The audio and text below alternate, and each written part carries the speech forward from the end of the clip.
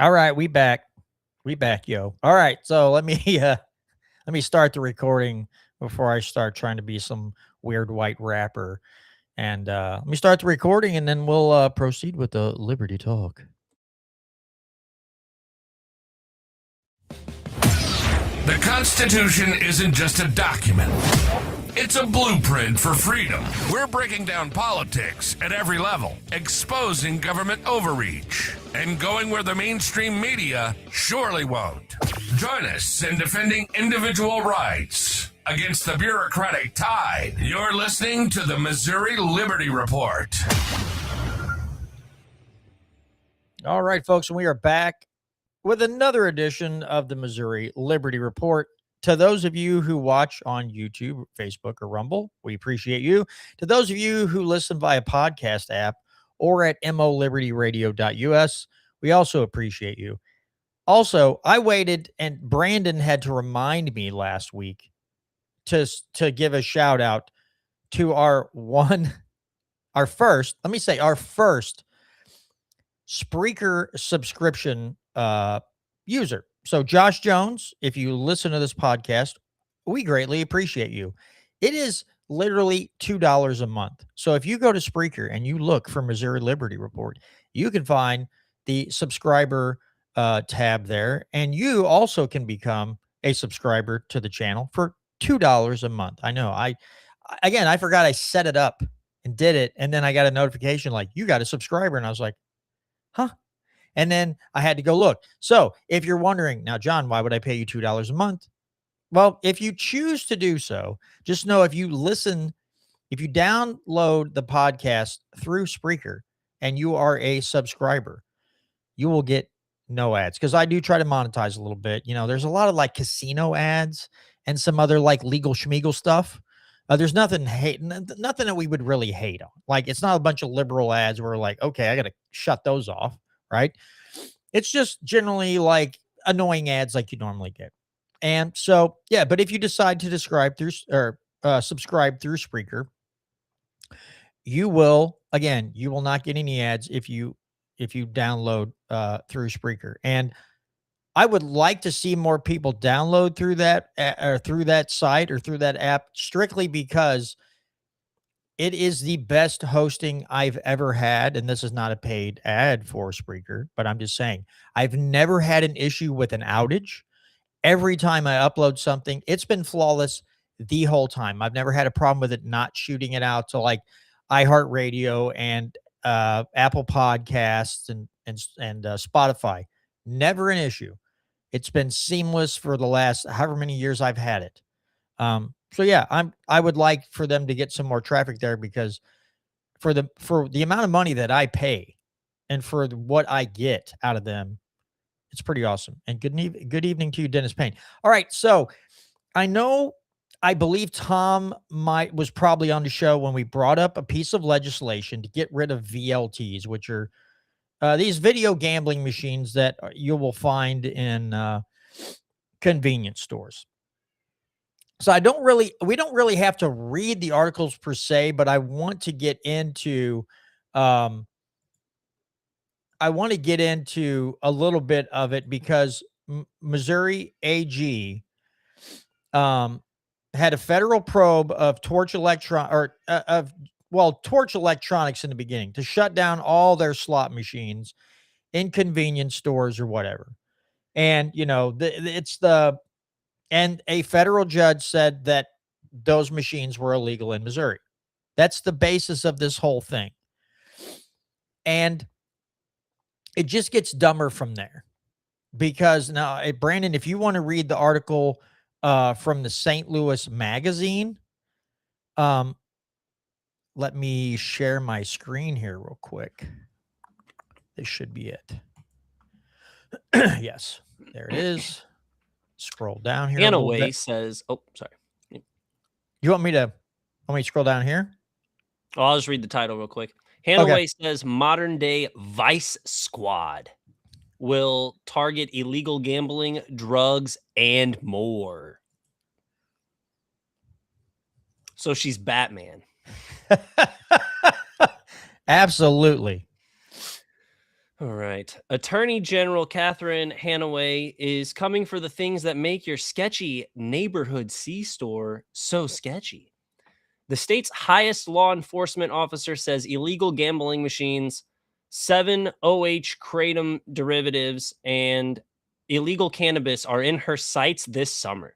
She calls it the Vice Squad, with the vices in its crosshairs being ones that didn't even exist a decade ago and until now have thrived in legal gray areas. For Hanaway, it began with unlicensed gaming machines, which were found to be illegal after a lengthy civil trial brought by private companies last year. Her office moved swiftly to shut down the machines, at which their peak numbered around 25,000 in the state and were ubiquitous in gas stations and convenience stores. Now, she says only an estimated 7,000 are operational. When it comes to targeting illegal gambling, she says she's not on any sort of anti-gambling moral crusade. When I found out that it was a billion-dollar industry, my real concern was that if you can make this much money in an illegal industry, basically just flaunting law enforcement, we'll get organized crime fighting over these pots of revenue. She says, I mean, basically just giving the game away, but all right. She adds $1 billion in cash, untaxed, moving around. Crime falls out of that. Let's not go back to the bad old days. There was a time when there was real organized crime in St. Louis and Kansas City. Let's get this shut down. Hanaway says that she's seen real evidence that the video gaming machines were leading to ancillary crimes, oftentimes with the video gaming machines manufacturers being the victims. Her office has learned of people counterfeiting and cashing in the machines' winning tickets and reprogramming the machines to pay out increased sums. She even heard of a scheme in which people attach a $100 bill to a string or a stick, insert it into the machine, and then yank it back out. One manufacturer was taken for $40,000 by the Trick Franklins. These stories came to Hanaway by way of the video gaming machine makers themselves, who she notes in a dynamic reminiscent of the mob hadn't otherwise reported them to law enforcement. Oh, do you just want to take a quick break here and kind of dissect what we've got so far? Because that's a lot right there. Here's my problem, Brandon. It's the language. It sounds like something from a 1930s crime movie. I just picture these guys, slick back hair, nice clothes, and they're just like yanking the hundreds back out of the machine. Like, meh, see, meh, I got my $100 back, meh. That's what I'm waiting for. And then people holding Tommy guns. It is the most cartoonish way of writing an article that I've seen in a long time. And again, I think I know where you're going to go. I'll say it very briefly and you'll add to it. But when the state of Missouri sees $1 billion untaxed, which is BS, by the way. But when they see $1 billion and in their head, they're screaming, that's a lot of revenue for the state. That could be tens of millions of dollars in revenue, if not more. That could be hundreds of millions of dollars in revenue for the state. They're not going to let that slide by. But anyway, I know you probably got something to add to that. Brandon, you go ahead. Oh, yeah. Well, she says it. And then also, how stupid of a phrase. This is her quote. $1 billion cash, untaxed, moving around. Crime falls out of that. As if two people passing money back and forth, crime. Just imagine criminals falling out of the money as you pass it back and forth. Like, just what a stupid thing to say. I don't know. Yeah, and totally being like $1 billion untaxed. We've got to get our hands on that pot. There's so many pots of tax dollars falling right through our hands. And like we talked about it before, it was the whole move whenever they were trying to push all of the Delta products and CBD products into dispensaries. It's all a big tax game. It's probably where the lobbyist money is too, coming from these dispensaries. So that's where it's going. And I wouldn't be shocked if it was a lot of gambling and lottery, like casino money, trying to put these things down in a Absolutely. certain respect. And Yeah, so they want a monopoly, and it's probably the casinos angry, and they're trying to drive all the traffic to, of course, the casinos. And God forbid the Republicans just wouldn't cave for once and cater to the big money lobby and say, "Don't worry, we'll file a civil suit." Or we'll file a civil suit in federal court, and we'll get the feds to scare the bejesus out of them, and then we'll get that under control for you. also, can we talk about how she's I don't even understand what the point she's trying to make. She was saying that these gambling machine operators, the ones that she's after, the one that the one that she's cracking down on, they're the ones who are scared to go to her to report that they had been scammed before they had been deemed outlawed. Like it doesn't like what the point she was trying to make, I guess, is like when someone's like extorting your business, and they're like, you would be afraid to go to the cops because you're afraid of what the mob's going to do. But if you're the gambling machine, like if you're the video gambling lottery machine and someone robbed you, there would be no like bigger fish you're afraid of. Like, you know what I mean? Like there's no one pressuring them. You can either close up shop because you're being robbed, or you can go to the police. It's just such a stupid argument. Hey, that's Hanaway for you. I don't even understand She's exactly special. what she means by that. She doesn't know what she means by that. This is, again, this is one of the most ridiculously written. This is like something I would write, because I am horrible at putting my thoughts into words. I really am not good at it. This looks like something that I would write. But you know what the difference is? I wouldn't put this on the internet for everyone to see like it's some kind of freaking cartoon. I just wouldn't do it. I'd be like, I'll just talk about it, but I ain't writing it down. Jesus. Anyway, what a joke of an article. We can I'll keep going on here. Yeah, go ahead. Before her office cracked down on the illegal gambling machines, Hanaway adds they were often located in the same businesses that sold fake marijuana, like the 7-OH kratom derivative, making them not unlike drug dealers in that they became hubs for petty crimes in their vicinity. Some of the places where those people gather, they may be able to use public nuisance and vagrancy laws to continue to combat the problem, she said. Shutting these shops down in places like downtown St. Louis, she says, will hopefully bring crime down in general. I'm still very worried about the amount of crime in downtown St. Louis, and I think you're going to start seeing us do some things to assist, she says, adding, we already are. Another similarity between illegal gambling devices and the fake weed sold at vape shops and gas stations is that the latter is largely been able to remain in a legal gray area. These are analog drugs, ones that are chemically very similar to illegal narcotics, but with the composition changed just enough to make it a substance not explicitly outlawed. The video gaming machine industry may already be attempting a similar ploy. A lengthy federal trial last year resulted in a judge ruling that the video gaming devices made by Torch Electronics were indeed illegal gaming devices. But a lawsuit filed last week by a St. Charles bar argued that it should be able to keep its gaming devices because, even if they resemble torches, they weren't made by Torch, so the 2025 ruling doesn't apply. The St. Charles lawsuit was filed against Hanaway, seeking to stop her from shutting down the machines in Tuner's Bar and Grill. Hanaway says she's confident her office will ultimately prevail, with the goal being to get an appellate judge to define what constitutes a game of skill. Previously, makers of the gaming device had argued that there was no element of chance in them and therefore based entirely on skill. Hanaway's office says it hopes that the case results in broader state court ruling that defines illegal gambling devices by how they operate rather than by their manufacture or minor design differences. I think we're going to be successful in making that argument, she says. It's a trap for the unwary to start going down this path, that small modifications can be something to go from being a game of chance to a game of skill.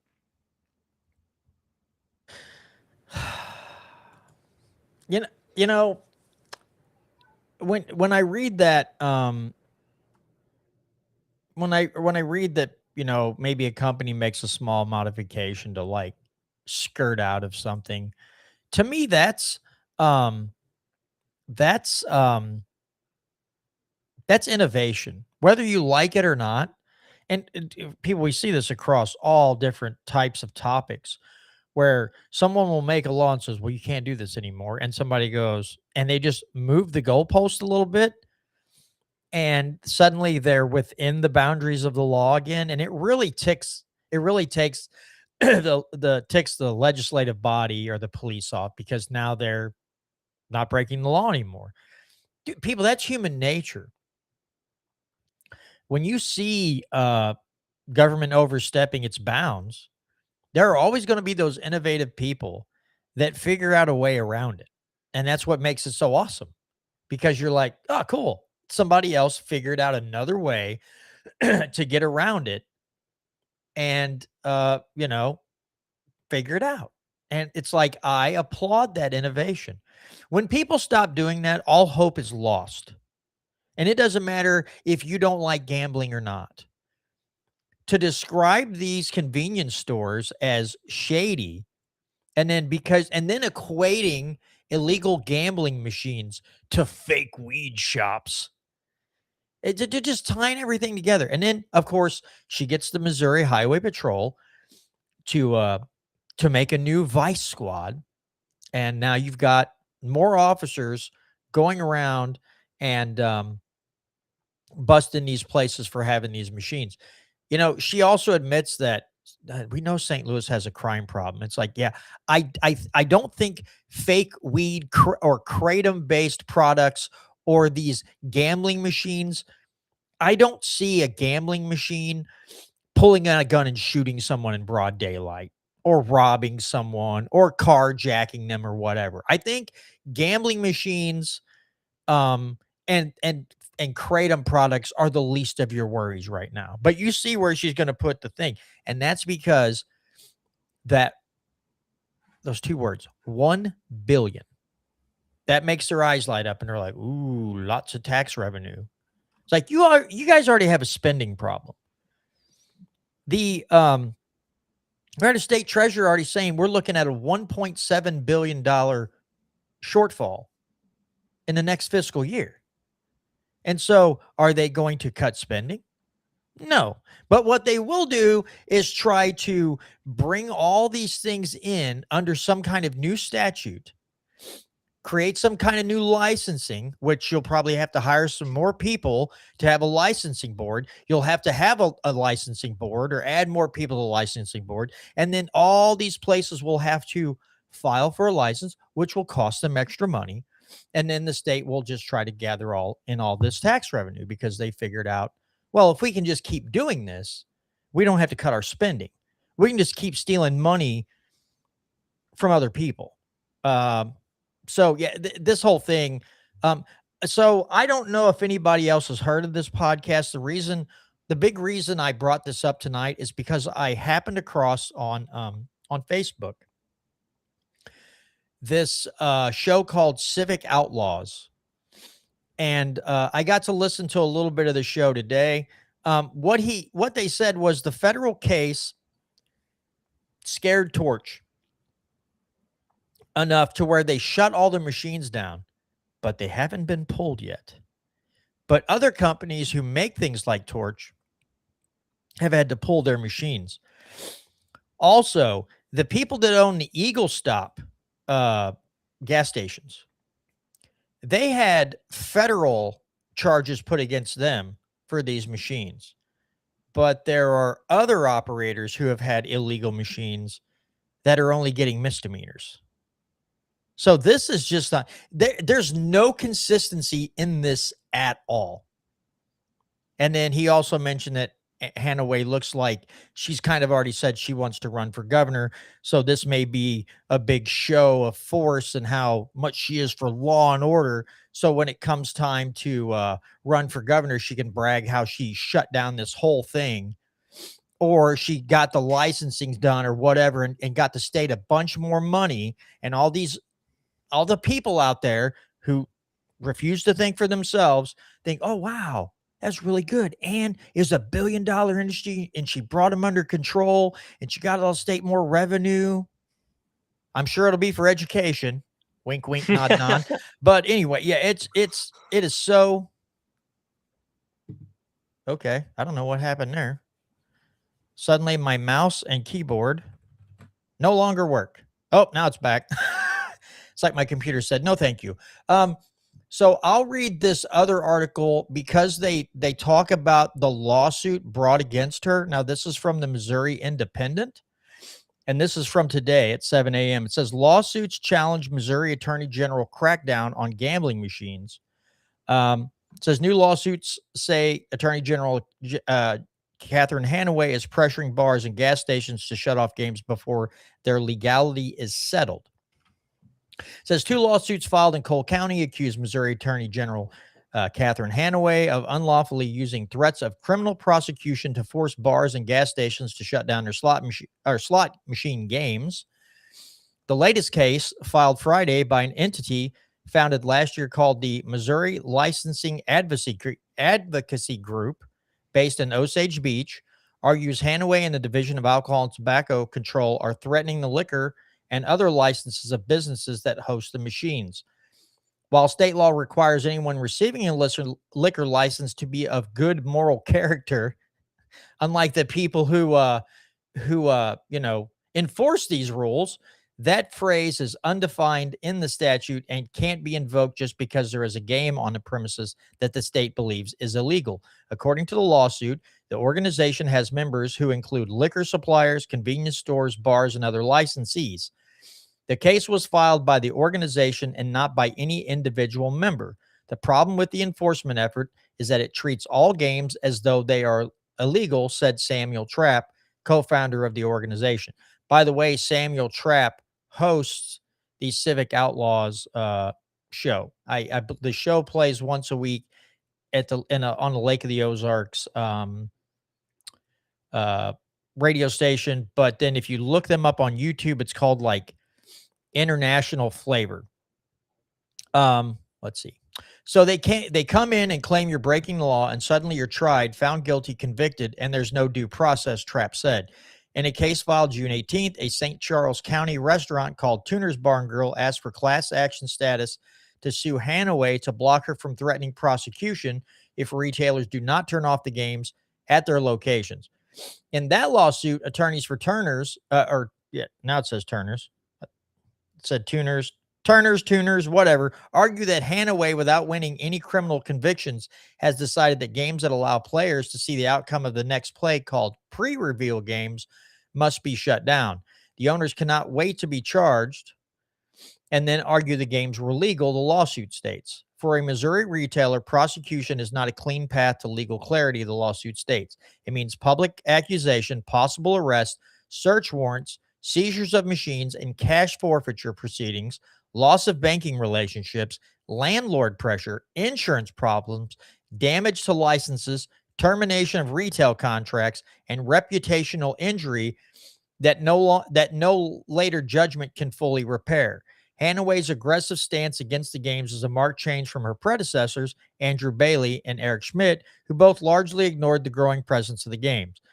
Bailey recused his office from a 2021 lawsuit filed by the biggest game vendor, Torch Electronics, after taking large political donations from PACs controlled by the company's lobbyist, Steve Tilley. Boy, that name comes up an awful lot. In February, a federal judge ruled in a civil lawsuit that pre-reveal games offered by Torch meet the statutory definition of gambling device and are therefore illegal. Since that decision, Hanaway has threatened Torch, based in Wildwood, with prosecution. The company turned its games off in April to avoid criminal charges. The state has been working closely with federal investigators on cases involving slot machines at retail locations. A Georgia resident pleaded guilty to money laundering and illegal gambling in May in federal court in Springfield. And as the legal pressure has ramped up, so has the political fight over the machines. Missouri lawmakers debated but did not pass a bill to allow slot machine games licensed by the Missouri Lottery. Companies on both sides of the debate have poured millions into this year's legislative elections to influence the outcome in 2027. But until the legislature writes a new definition of a gambling device, pre-reveal games should be presumed to be legal, the lawsuit by Turner's Bar and Grill states. Turner's offers pre-reveal games, the lawsuit states, but they are not torch machines. Demands from Hanaway that all pre-reveal games be turned off go beyond her authority, the lawsuit contends. It treats resemblance as guilt, the lawsuit states. It treats a machine that looks like something the state disfavors as a crime, and it treats a non-binding federal district court ruling involving torch electronics, different devices, different evidence, different parties, and a private competitor dispute as if it amended the Missouri revised statutes. It did not. Both lawsuits are in their early stages and no response has been filed. James Lawson, Deputy Chief of Staff to Hanaway, said the office would not comment on the specifics of the lawsuits. We're happy to litigate this issue in court, Lawson said. We've been filing cases on this for months. The Turner's lawsuit asked the court to declare that the statute being used by Hanaway to prosecute pre-reveal games is unconstitutionally vague and to block her from further charges. Traps Group wants a broader ruling on the way that licensing agencies can be used and to define the standards for deciding whether a violation has occurred that warrants revoking or denying a license. Hanaway wants to shut the games down because they are illegal and create other problems, Lawson said. Here we go again. They create magnets for organized violent crime, money laundering, and illegal activity and put them out in the middle of storefronts. It's a billion-dollar unregulated cash industry. So they're just going with organized crime, petty crime, or ancillary crime. They're coming out with all the words. Ubiquitous. They used a really big word, ubiquitous. This woman is going full send, and I don't know about you, Brandon, but between the Delta 8, Delta 10 products, now we got these digital, gambling machines, Kratom. It's like they just got a hard on for convenience stores and anything else that they might sell or have in there that doesn't prescribe to their way of or what they think is moral or legal. And I just like, if I owned a convenience store, I'd be, dude, there was one of those in Owensville. And I walked in one time to get a can of pouches and I go, you guys have these or something? And he's like, oh, how do you put it? He goes, oh, well, you know what your chances are before you deposit the money. And that's what all these machines are. You see your chance of winning before you actually even hit the button. You go into a casino, you don't get that. You don't know what your chances are. You're literally taking risk. These machines are risk-free. If you know you're not going to win, you don't have to put money in and hit the button. You can be like, oh, I ain't got no chance of winning here. And you can move on.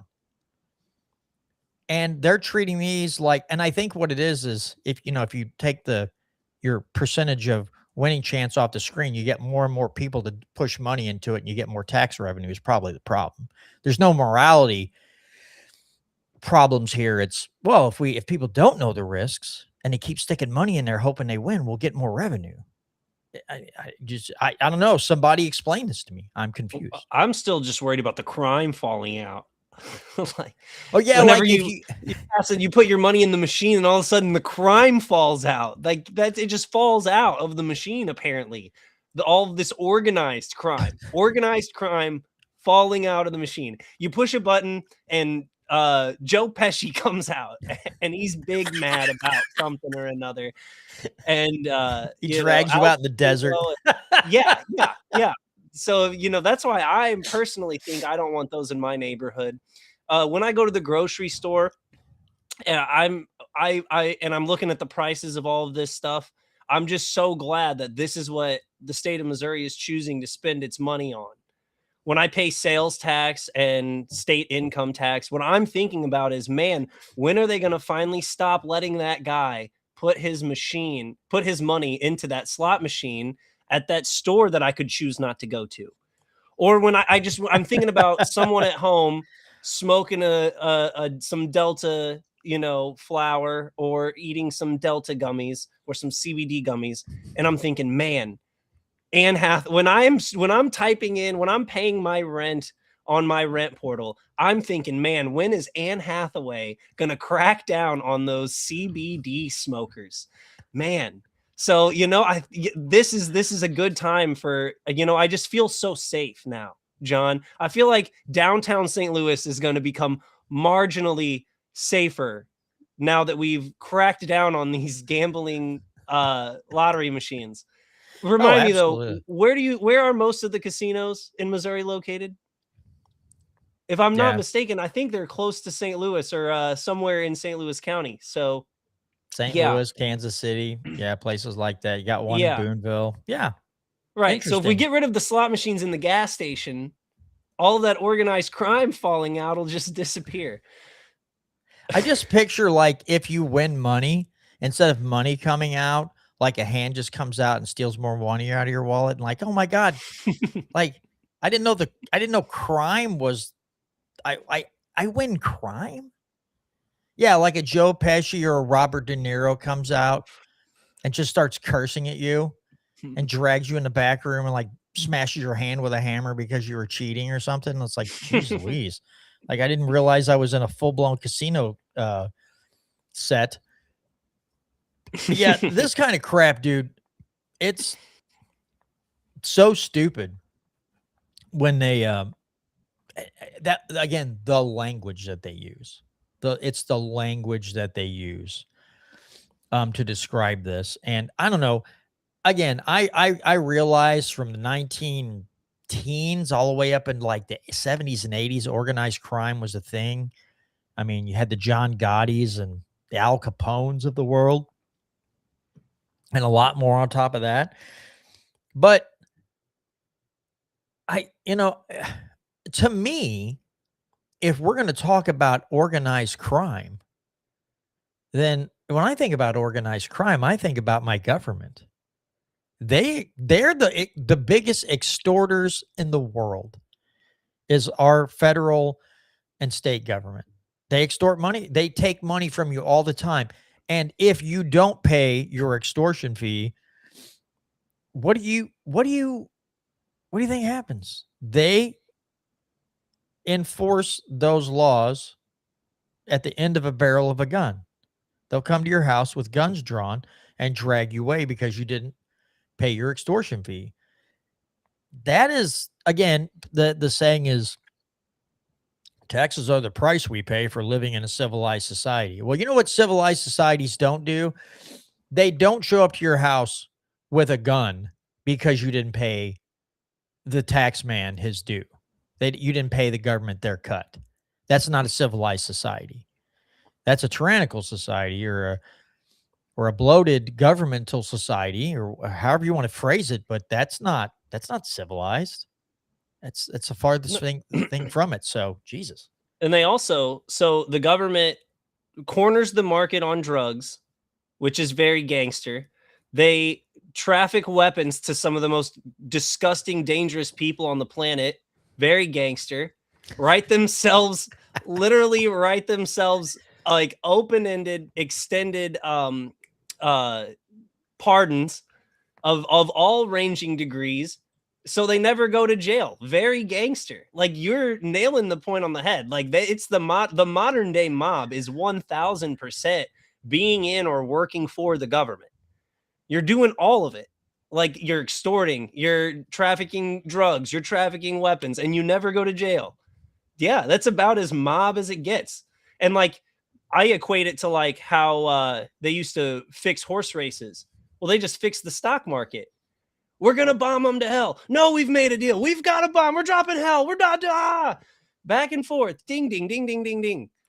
And so, yeah, it really is like the new modern day mafia is definitely the government. No question about it. Well, and I think people will take offense to this, and I could really care less. But I think the mafia had more, was a more moral organization than our government, because the mafia didn't go to other countries generally and say, we want all this or we'll bomb you into oblivion. Oh, you won't take this loan from the World Bank? That's fine. We'll overthrow you. We'll have a coup.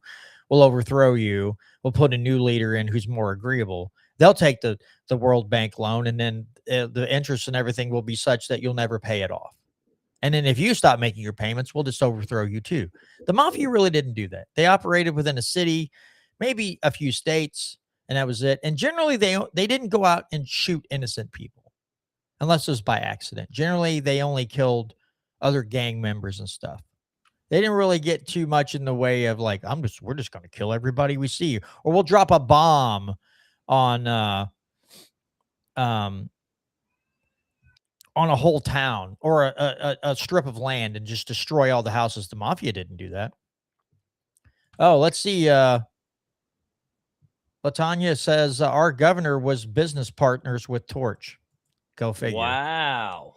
That doesn't surprise me at all. That's shock. And again, from Mr. Trapp's, what he said on his podcast is that there's already kind of a deal between Hanaway and Torch.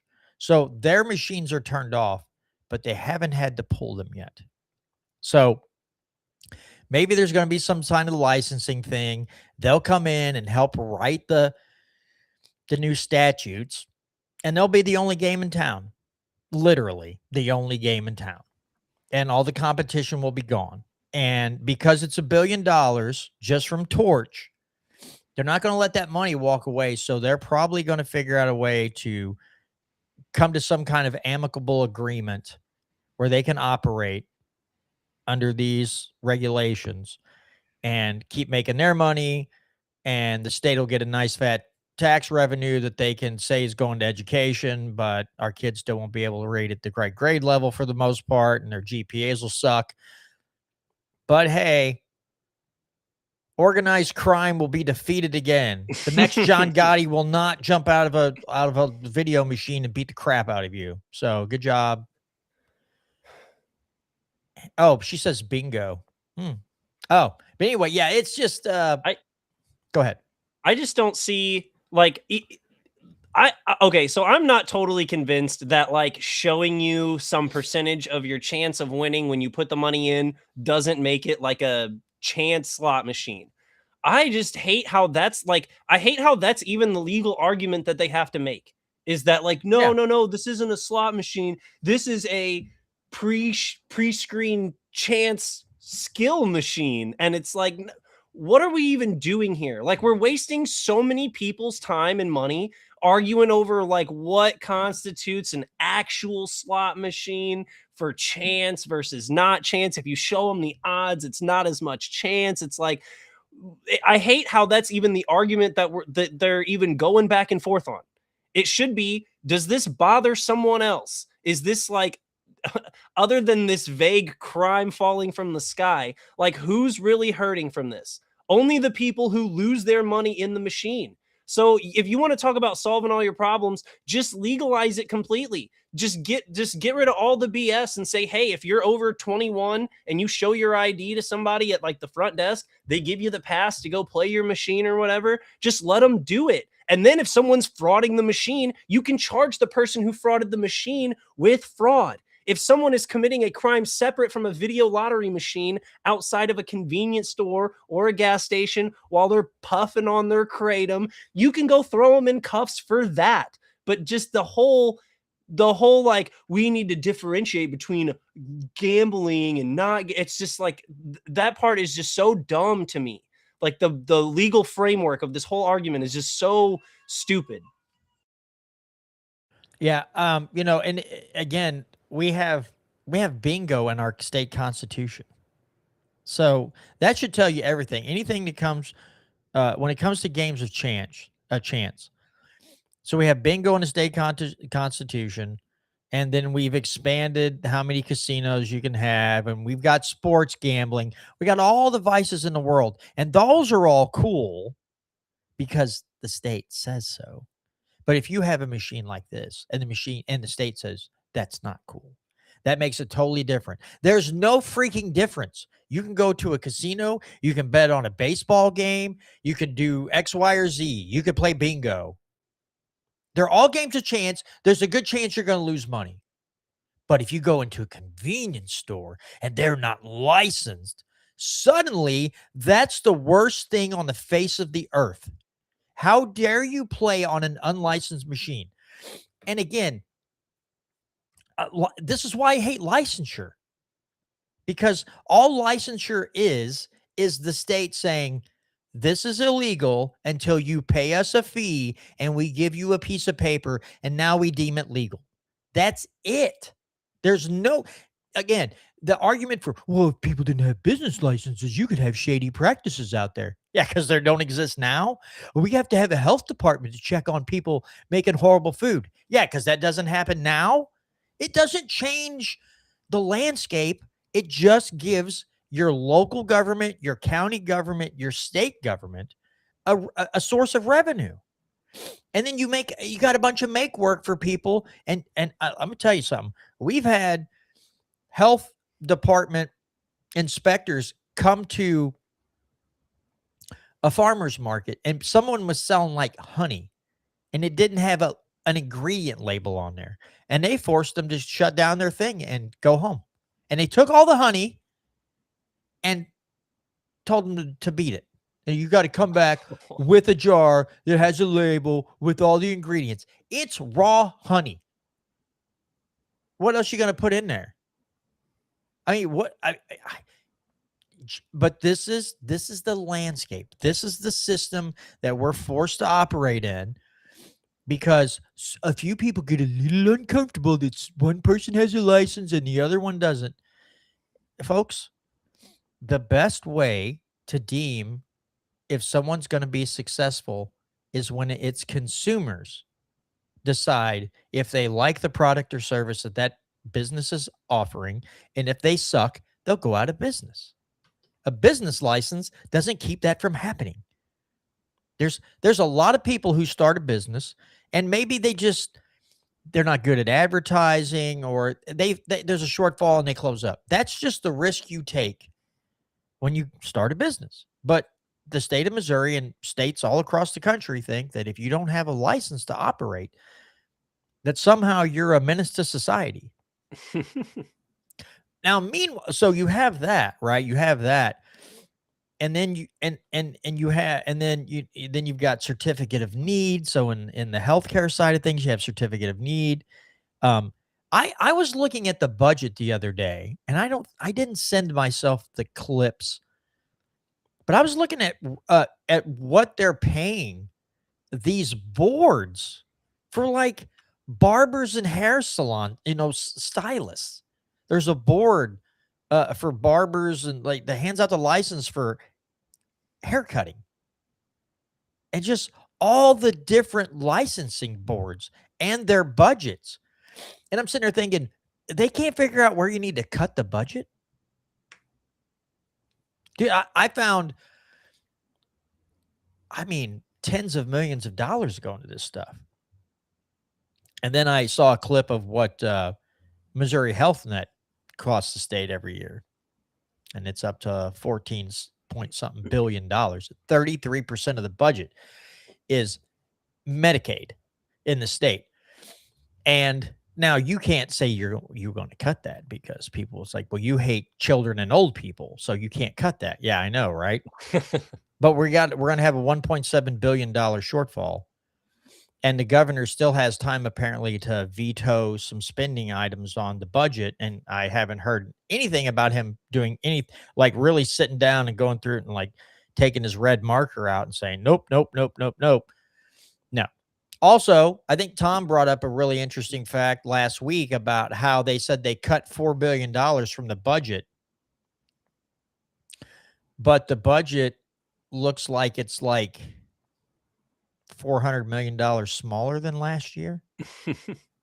They cut $4 billion out. So to my thinking, it was, that was $4 billion that they were going to add and decided not to. And that was their cut. I don't know. That's what somebody else commented. And I'm like, that makes total sense. They were going to spend an additional $4 billion and they're like, we won't do that. We'll just make it a little smaller and say they cut $4 billion from the budget when they didn't actually cut anything out. I made $3,000 this week, John. I was going to go to Disney World and decided not to go.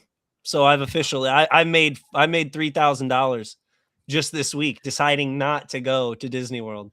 I'm going to really pat myself on the back for that one. I made lots of cuts. I mean, that's a great analogy. That's what governments do all the time. I make a point whenever we have Missouri legislators, especially, but anytime we have a guest that's like running for some kind of office, one of my first questions every single time is, where would you cut spending?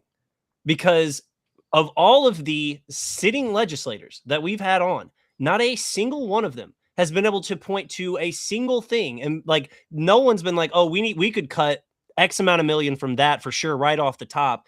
We've had people on the show give us the vague, like, oh, if we just cut the waste and the fraud, it would be set.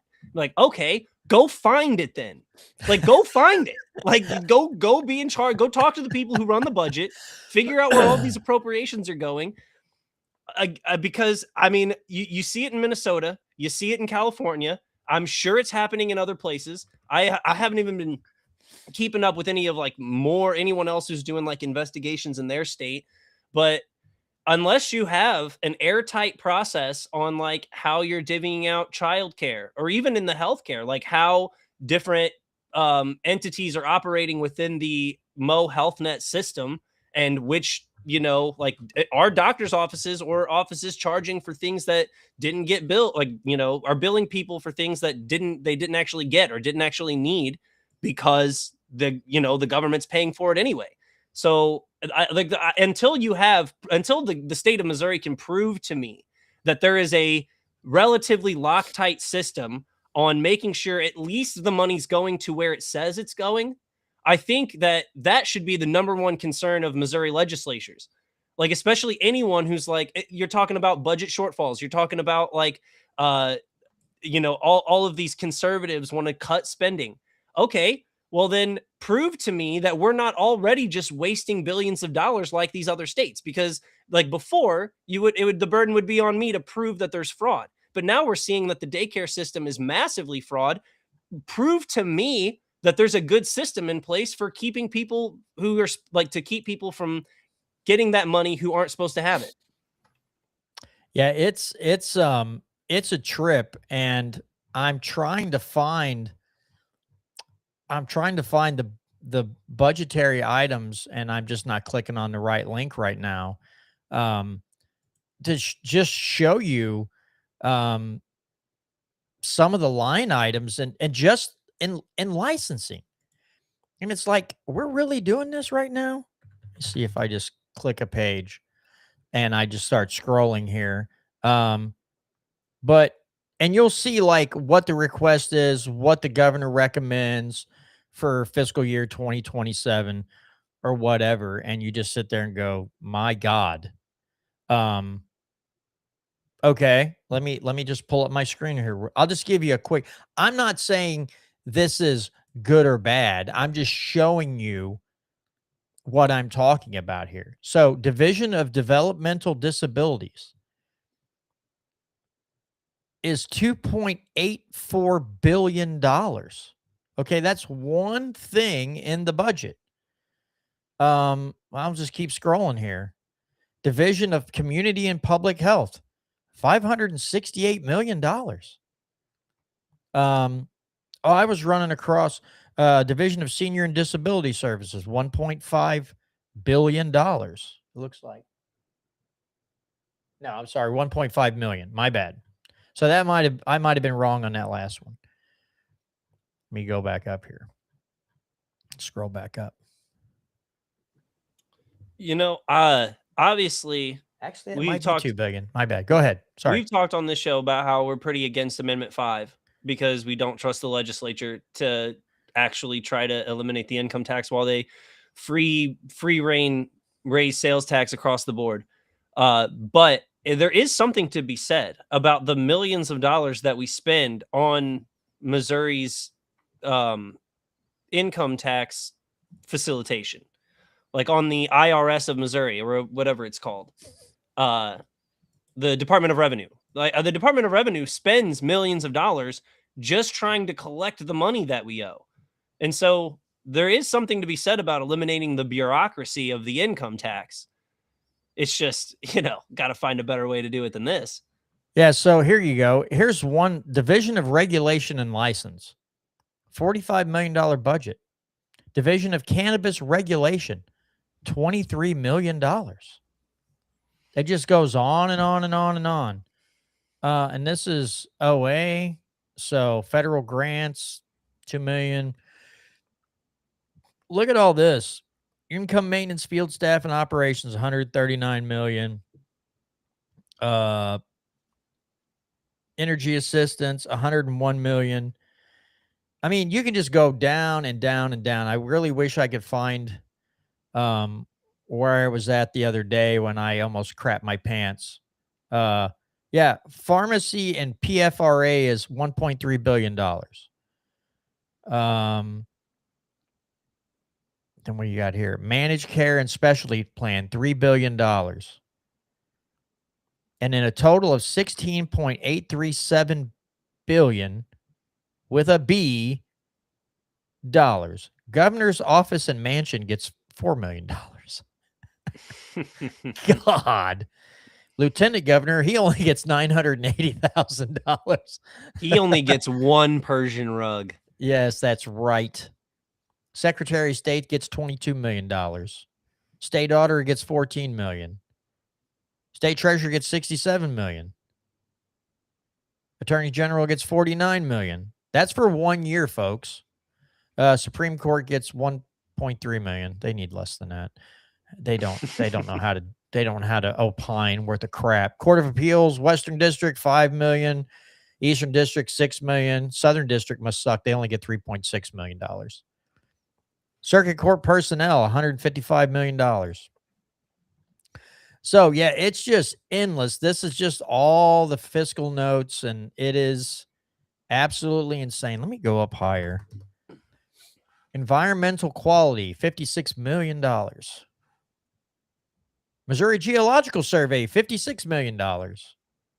Missouri State Park, $77 million. Historic preservation, did you say $56 million for geology? Yes, Missouri Geological Survey, $56 I hope million. that's just dudes going around like, man, that's a nice rock.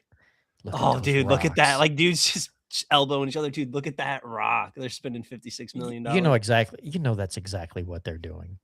My Dude, God. I found this arrowhead by the river. So habitat management, $58 million. Fish and wildlife management, $51 million. Recreational management, $27 million. Conservation business services, $64 million. I was really hoping I would have scrolled through her enough. I should have wrote down the page number that Missouri Division of Tourism. What do they get? Oh, they only get $1 million. There's nothing worth looking at in this state anyway. Affordable housing, $6.5 million. Administrative services. Okay. Health insurance counseling is $1.85 million. Division of Credit Unions gets $1.7 million. Division of Finance, $12.7 million. Professional registration. Okay, here we go.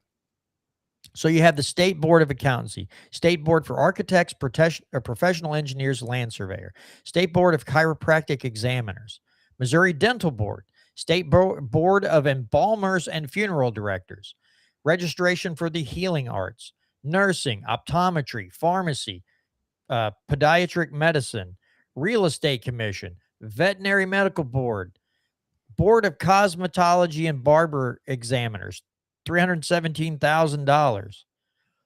So just for these alone is $23 million just for these boards. Those are just some of the boards. We got a manufactured housing program for $1.1 million. What the hell are we talking about here? Wow. Labor and Industrial Commission, 1.3. Division of Labor doesn't even get $1 million. Workers' Comp, $12 million. Second injury benefits, $70 million. Tort victims compensation payments, $150 million. Whoa, whoa, whoa. War on Terror unemployment compensation program, $40,000. Huh? So if you were in the war on terror and I you're don't now unemployed, I that's don't know, bro. This is insane. Oh, Department of Public Safety. This one will make your butthole just ugh. And you have all these like body worn there's no money for body worn cameras. That's weird. Juvenile justice programs, narcotics control, crime victims, cybercrime task force. Yeah, there's just there's a Missouri Sheriff methamphetamine relief task force. It gives you relief from methamphetamines. Is that how that works? it's just Capital downers. State Highway.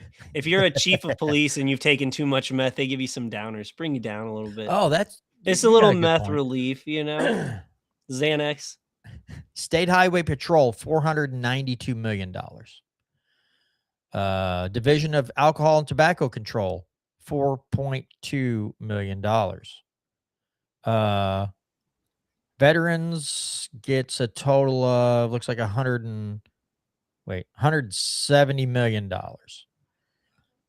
Gaming Commission, they get $49 million. Got to keep up with all those illegal. Whoa. St. Louis disaster relief transfer of $186 million. That must have been from the tornado, probably. Yeah. Where a boatload of people did not have insurance on their homes at all, and then they tried to blame it on the state because the state didn't tell them. Okay, here we go. For the Missouri National Guard, World Cup deployment. We spent $1.6 million on having the National Guard at the World Cup. I'm sure we all feel safer for that. I sure do. But anyway, that's just some of the things that you'll find when you roll through the different departments and stuff here in the state of Missouri. Like I said, I really wish I could find what's this one? Division of Behavioral Health, Alcohol and Drug Abuse is $236 million. Maybe if we didn't have a war on drugs. Division of Behavioral Health, Comprehensive Psychiatric Services, that's $1,286 million. God.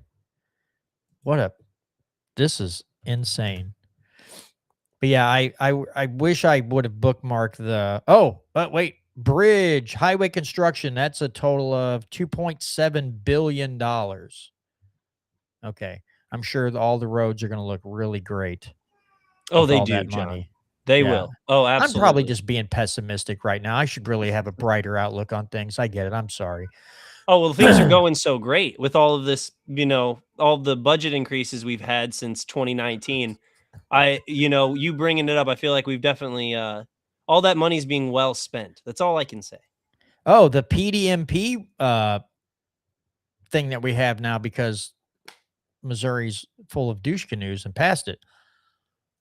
That's $1.5 million. So they can see what kind of prescription drugs you're getting at your pharmacy, and they can keep track to make sure you're not buying enough Sudafed to make methamphetamine or buying enough narcotics, I guess. It's like I said, folks, it is absolutely insane what the budget is made up of. And so Latanya says daycare and home nurses Medicaid fraud, county fraud. Our county doesn't pass audits all the time.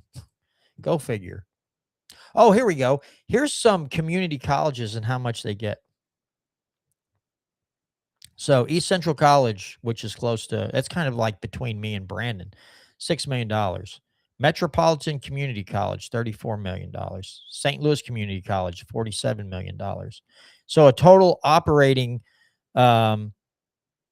revenue, or what they proposed, is $181 million. Jeff in Missouri says $550,000 for drones for highway patrol. That doesn't surprise me any. There are a lot of jurisdictions now using drones. I heard that the city I live in, O'Fallon, is using drones to like if someone complains to you about like homeowners association violations or like city ordinance violations. Like if your fence is like bent in the back, they'll just fly a drone over your house and take pictures of you. That's what they're using drones for now. Dude, all the people that are supposed to enforce this are going to get so freaking fat. And then our health insurance in this Missouri is going to skyrocket because they're all going to have diabetes because God forbid they just walk over there and look at your fence. There's going to fly a drone over there. Okay. So let's look at universities real quick. University of Missouri, $520 million is what the governor recommends. And that's just, it looks like that's $500,000 shy of what they did in 2026 fiscal year. Missouri State University is going to get $114 million, and they're right at they were at 2026. Yeah. University of Missouri is getting $500 million. Why? Did you know? Why? I'm not certain, but I think that and I'm sure other states are going to follow suit in some regard. But Missouri is one of the few states that allows their football team to use state funds to pay players to play on the football team. I'm almost certain that's true because I think I saw somebody talking about how much of an advantage that is for Mizzou football team, talking about it like it was a good thing. And I'm like, okay. All right. All right. Okay. I should be pretty close to the education. Like I'm talking DESE, Division of Learning Services. Oh my goodness. Now this is everything that would have to do, I'm assuming, with DESE.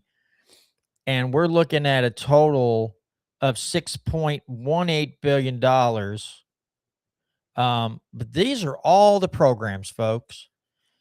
So title, academic standards and assessments, $279 million. I'm looking at all the big numbers. Early childhood special education, $272 million.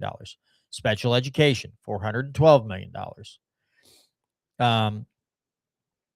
So board operated schools, $70 million. Yeah. Missouri Charter Public School Commission, $4 million. Missouri Commission for the Deaf and Hard of Hearing, $1.4 million, because I guess screw people that can't hear. When you compare it to other stuff, like deaf people, they can do sign language, so it's fine. Higher Education Coordination, $5.245 million. I know we're going to be Higher Education Coordination, $5.2 million.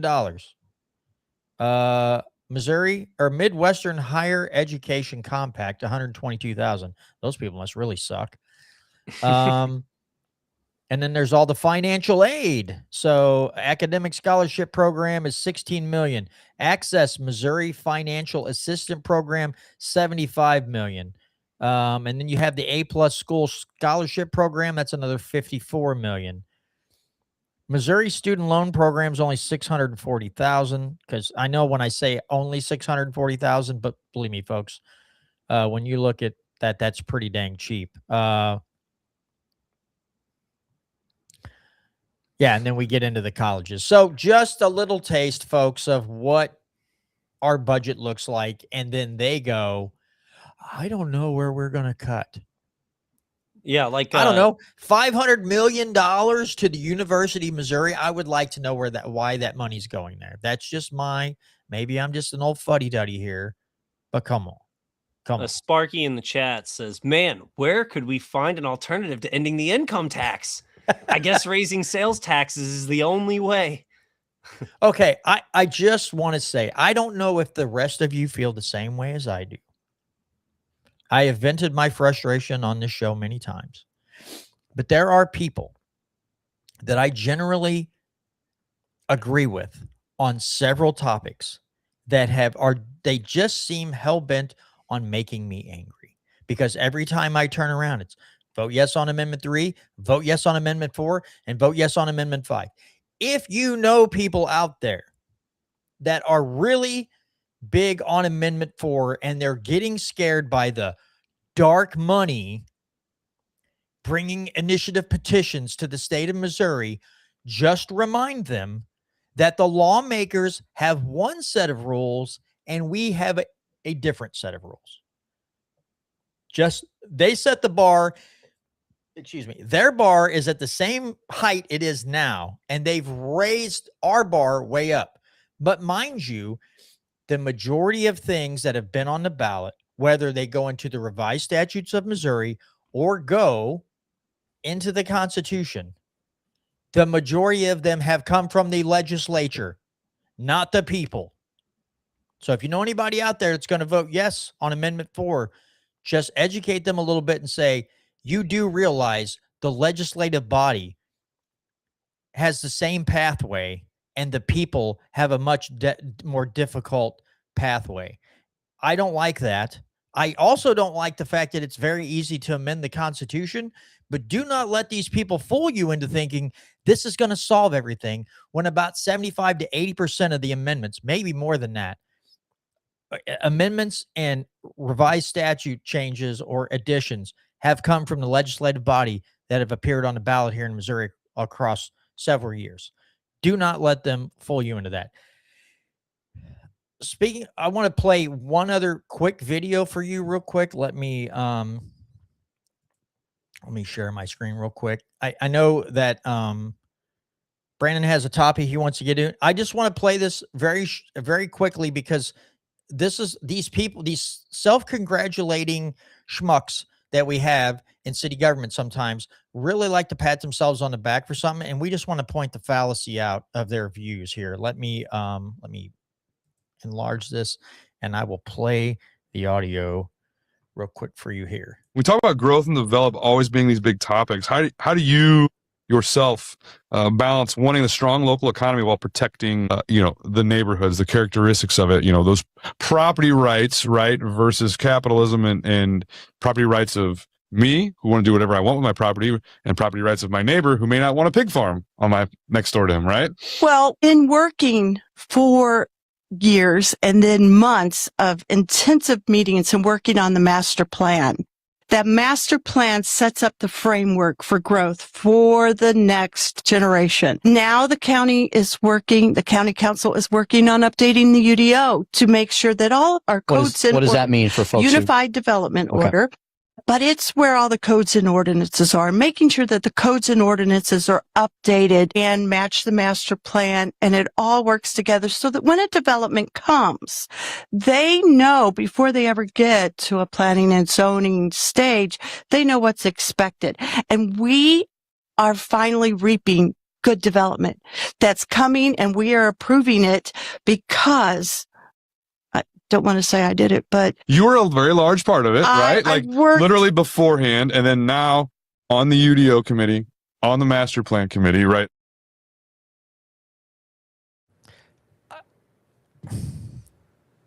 Very quickly, these people love to brag on being. We have a master plan for zoning and planning. Oh my God, I can't wait to see what that is. I just. Dude, zoning and planning irritates me so much because they act like, again, well, he's like, well, property rights versus capitalism, because I might want a pig farm on my yard, but my neighbor might not want it. I don't know what to tell you. Why do we have to have this discussion? You know why? Because people don't understand. This is my property and that's their property. Now, if your pigs are getting off your property into their property and rooting around in the yard and tearing it up, that neighbor has a case, because now you've overstepped your bounds and you've came onto their property and you've caused some destruction. Fair enough. That's common sense. That's how property rights work. But if I'm a neighbor if my neighbor wants to have a few chickens, I don't think I should be able to go to the city council and go, I don't want him having chickens. You better write a regulation or some kind of ordinance against chickens in town. Why is that acceptable? Like, okay, they got chickens. Whoopity do. Now, if the chickens get into your yard and they tear stuff up, that's one thing. But if they have their yard fence and their chickens or in a coop of some kind, they don't get out, they don't cause any problems. What is your deal? Just calm down, have some dip. It'll be fine. Yeah. I mean, I guess it's annoying if you work second shift and the sun starts coming up and the rooster's crowing. That might get on your nerves a little bit. But if that's the least of your problems, calm down. Come on. I guess I'm a little bit confused. Like, because, like, are you saying that just recently that the county decided to put their ordinances together? Like, is that what they just recently decided that the county was gonna organize their codes and ordinances so that the developers had an easier time coming in? Because I feel like maybe you should have done that way sooner, like when you start putting in any sort of development plan. Plus, unless your master plan is pretty much let people build whatever they want all the time, then you don't have a very good plan. Because that's what's going to bring development come in and build what you want. Now, you could, I don't know, where do you feel like, let's say you live in a small subdivision. Let's say you like, everyone's got, 1/16 of an acre or whatever, like classic just subdivision neighborhood where the houses are pretty close. And then all of a sudden, every day it smells like cow and pig manure. Like it just stinks badly every day because your next door neighbor has like 6 full grown pigs out there in pens just eating slop. And like, do you have any sort of recourse for your house and your yard now smelling like pig constantly? Or is that just like part of life? I'm not going to say that it might not get annoying. I think after a while, you kind of get used to the smell. You don't even realize it anymore, right? Like in the beginning, yes, it might be like, wow, that's pretty ripe, right? After a while, you kind of get used to it and you don't smell it anymore. But my problem is when you talk about things like that with like, oh, if my neighbor wants a cow in his yard and I don't want to smell the manure, and that's like your only basis for fighting against it. I'm just like, grow up. That's to me, because I feel like if you go to the city and you're like, we need an ordinance that guy can't have a cow in his yard. And they're like, why? Like, cause it stinks a little bit. And they're like, that's solid reasoning. We'll get on that. And then they write an ordinance, that says you can't have a cow in town. I just feel like humanity can't stop there. It's like you've dipped a toe into that territory where property rights don't matter as much. And it just keeps getting worse and worse. Because, I mean, if you go back 50, 60 years, I don't think anyone had an ordinance about your grass being too tall. But then these cities adopt these code books that are, 3 inches thick. And they start adopting more and more because someone tells them, oh, well, if they don't abide by it, then you can fine them and then you can generate revenue. And then it's like all bets are off. Owensville at one time was thinking of adopting some things and even adopting a situation where you could have an inspector just driving around town. And let's say your downspout came out of your gutter. If he wanted to, he could have just pulled over, wrote you a citation, wrote you a fine, stuck it in your mailbox and went on. And I just feel like once you let them into that territory and then people find it easier just to go to their city government and write a rule against their neighbors, it just compounds. It's like, can't we just back this up and you go talk to your neighbor like an adult instead of running to government and demanding that they do something about your neighbor's behavior? And it's just a free fall from there. And that's what drives me nuts. I would like to think that we can all be adults enough and deal with our neighbors in a certain way, yada, yada, yada, without any problems. And we don't have to go to government, create all these ordinances and rules and regulations. And apparently we can't do that. Not enough people can do that. And of course, they get educated. Just run to your government and they'll solve your problems. That doesn't help the situation either. But yeah, I don't like that whole thing. That kind of crap drives me nuts. But I am also older now and more angry and crotchety. So maybe that's my problem. I don't know. Well, I don't want to sound too anarchist here, but a solution to that particular issue, like the very philosophical, what if your neighbor close by has pigs or whatever? I think the true recourse then would be you you basically like you would have instead of having like governments with like, you buy land, but you're still technically like you buy a house and it comes with deed restrictions, which is basically like neighborhood association rules where like your siding has to be X color or whatever. Ugh. I think your better bet would be if you just had massive swaths of private land. And then if you wanted to like if you decided that like I want to guarantee that none of my neighbors are going to have pigs, then you'd have to have like either find neighbors where like, hey, you guys aren't going to ever have pigs, are you?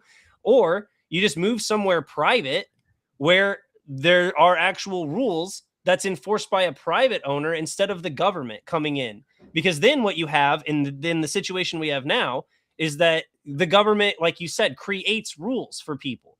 Like someone does something and then they're like, no, we have to create a rule to stop that. Where if you were on private land, then it wouldn't be like a fight against the government. It would be like, okay, I can go somewhere where my, values are more aligned. It's almost like how if you just didn't have city ordinances and it was all like county open land. Yeah, I agree with that. Yeah, go somewhere where you're more in line with the ideals of the people around you. You can do that now. It's just even smaller towns have gotten so hooked on revenue generation from stupid rules. It's really hard to find a spot where you don't have to deal with that kind of stupidity because smaller and smaller towns just keep bringing these in and putting these ordinances into their books. And then, oh, your grass is too tall. We're going to do something.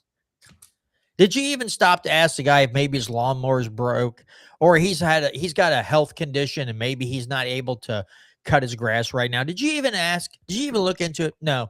It's just far easier for your big lard butt to get out of a car and just write a ticket because you're an inspector or something. You're some kind of auditor for the city. All right.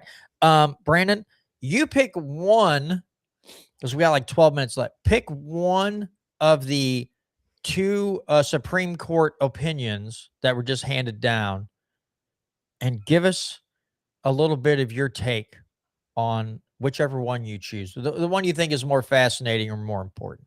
Okay, so the one that I've seen a lot of buzz about, the one I've seen the most buzz about, I'll say, is a 5-4 decision where Roberts and Barrett joined the 3 liberal judges, and their opinion was that in the 14th Amendment, basically, birthright citizenship, they undid Trump's executive order, which Trump's executive order was basically clarifying that being born in America doesn't automatically make you an American. And I think Thomas Massey, if I'm not mistaken, has made this argument when he talks about it, when he views that particular argument, constitutional argument, is that the language says, I'll just have to pull it up in a second, but basically the gist of it is that the language says that not only do you have to be born in America, but you have to be under the jurisdiction of America. And so the argument against birthright citizenship is that because the parents, even if your parents, like your mom came here and gave birth to you in America, that wouldn't make you a citizen because you weren't at the time under the jurisdiction of America, meaning that you weren't citizens. You weren't necessarily, applicable to that sovereignty. Because technically, like if someone comes here on a like a vacation visa, they're still like sovereign citizens of another nation. They're just here visiting. So their jurisdiction, who would like where they would fall under, would still technically be another country. And so that is like that's the whole argument there in a nutshell. And basically what the Supreme Court did was said that no, if you're born in America, then you are an American, essentially. Yeah, I am I'm not a fan of someone just being able to come here and have kids and say, "Well, you're a citizen now." Now, I will say this.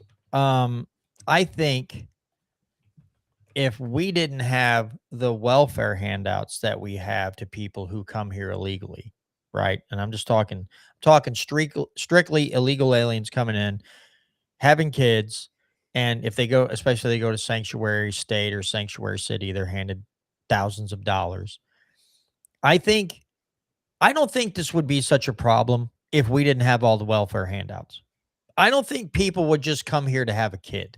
You know what I mean? Like if they had to come here and they had to immediately go to work, get a job, get insurance, whatever. I think a lot of this would go away.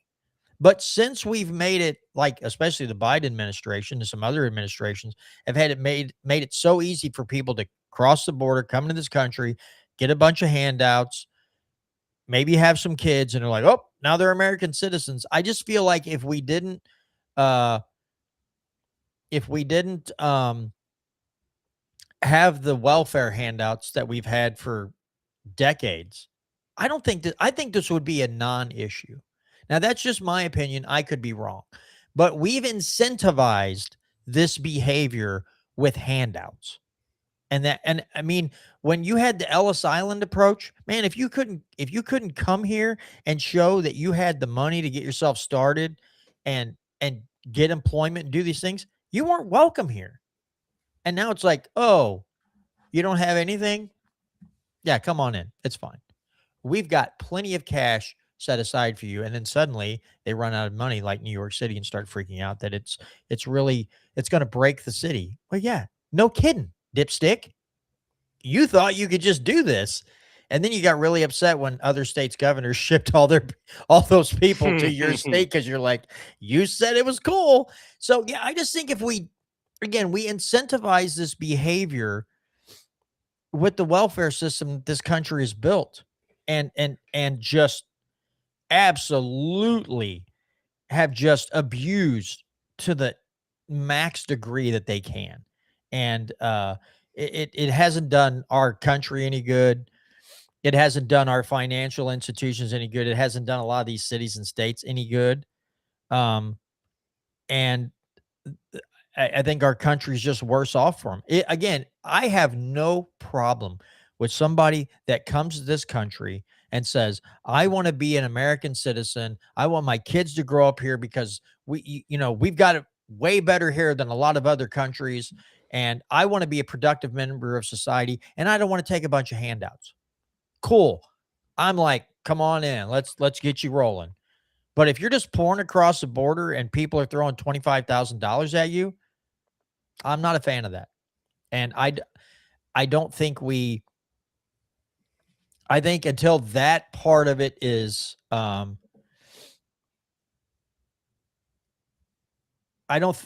we get that under control, I don't think any other thing that they can do will ever right the situation of, if you want to call them anchor babies or whatever. We've got to get the welfare system under control, and that is a freaking tall order. Yeah, and so this is this is facts, because you hear a lot of anecdotes, especially from the right. But as far as I know, I haven't seen any evidence disproving what I'm about to say, which is that undocumented immigrants commit less crime per capita than everyday citizens. They are a higher working percentage than the average American, and they pay a higher rate of undocumented immigrants actually pay into the system with the labor that they do. Now, like you said, the big problem is that not only just for illegal immigrants, but for all citizens, we have a massive welfare problem, like across the board. We just give out way too much money to way too many people. So when you have a bunch of people who are coming in here with no money, and like you said, given all of these things right off the bat, not to mention that long term, you're talking about healthcare because they're going to be on some sort of Mo Health Net or Medicaid system, and then their kids are going to go to the public school.